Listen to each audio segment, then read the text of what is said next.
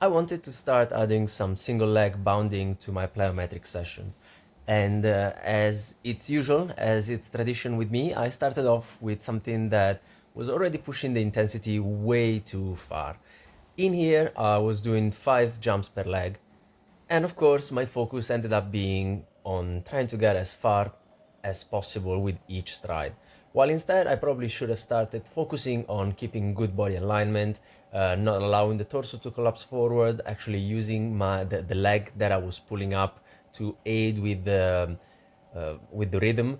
And yeah, looking back at it looks funny. So definitely, I've learned my lesson, or at least I hope I did.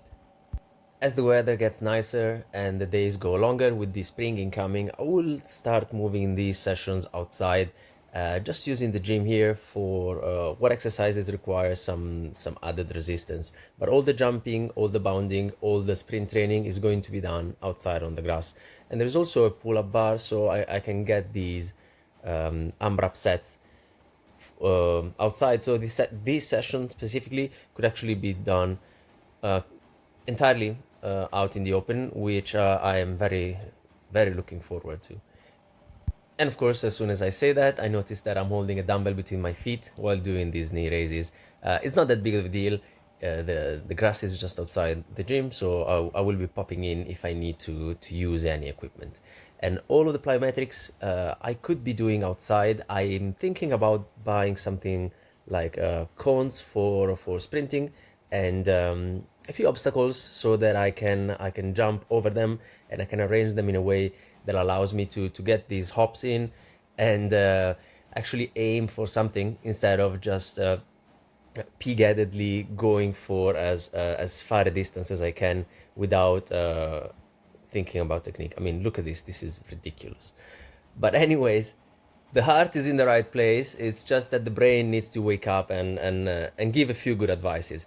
In here, I was doing the usual AMRAP sets on pull-ups. I was using both a supinated and a neutral grip.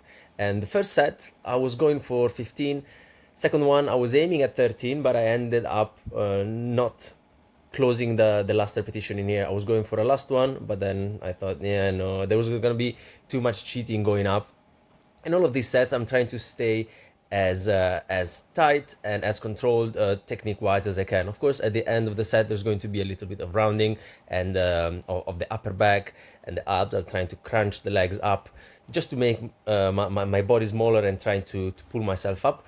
But the main directive of the exercise is for me to try and bring my chest up to the bar with minimal technique breakdown. And as I am alternating these exercises, I'm noticing that plyometric stuff is actually kind of tough. And so what I'm seeing, it's very beneficial for me to be adding something for the upper body in between. Stuff like high repetitions pull-ups are probably also very taxing.